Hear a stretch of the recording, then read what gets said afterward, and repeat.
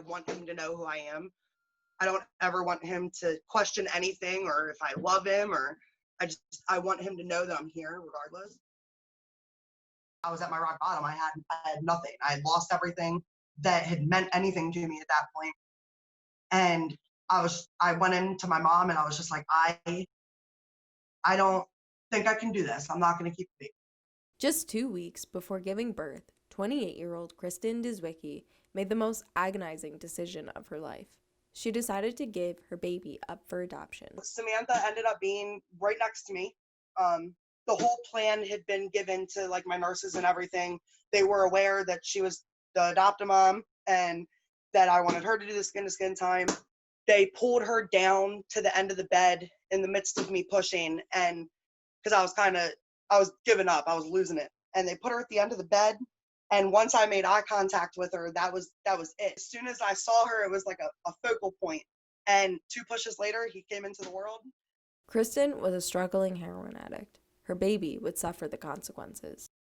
I went into the room that they were staying in, which come to find out was on the floor that is dedicated to babies who are born addicted to drugs. And that's when I found out that he was actually showing withdrawal symptoms. They weren't severe, but they were obvious. A hidden fact of the opioid crisis in America is that every 25 minutes a baby is born suffering from neonatal abstinence syndrome, and in the United States, over 13,000 babies are born with it each year. Like Kristen's baby, the result of their pregnant mother's substance abuse. NAS, as it is called, causes babies to go through withdrawal symptoms after birth. Pediatrician Erin Meyer has been treating NAS babies for many years at Christiana Hospital in Williamton, Delaware. So because of the opiate crisis in the tri-state area, the Pennsylvania, New Jersey, and Delaware is really bad as far as that goes. We ended up getting a lot of these NAS babies. And so by necessity, we just started taking care of them and they became our population. Up to 90% of babies will withdraw from the chronic exposure to opiates. So most of those babies would end up getting on medication. It's kind of it's supportive care, more or less. We just kind of help them do the things they need to do. And then the morphine is, we just wean that off as we can so that they're going through withdrawal, but that their symptoms are still relatively controlled.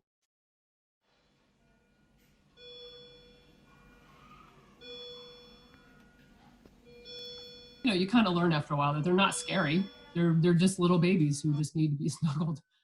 During the long hours caring for NAS babies, a fellow doctor in the hospital, Sandra Mania, would become a friend offering support.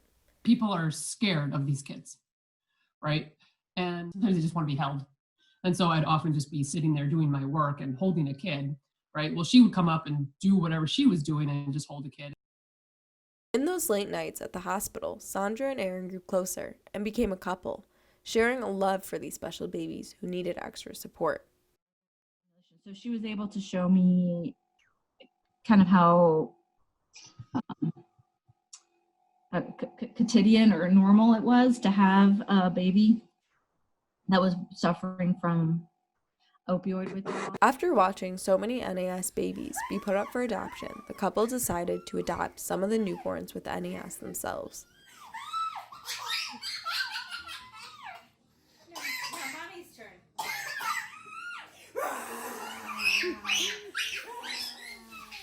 We want them to know that they're totally out. No, we don't want to normalize them. They are normal.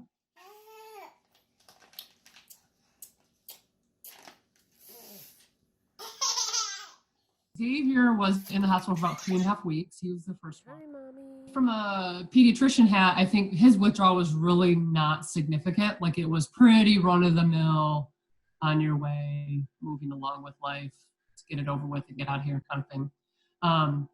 Theo was a little bit different.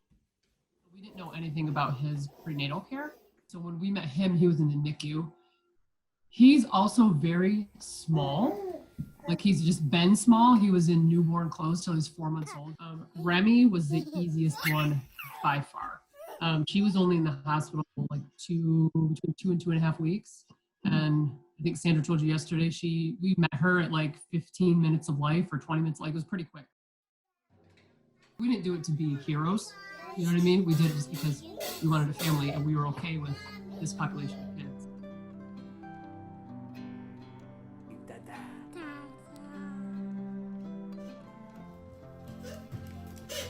The sacrifice and the love that the birth moms have made and have undertaken and are dealing with through all of this so that I can have a family is not lost on me.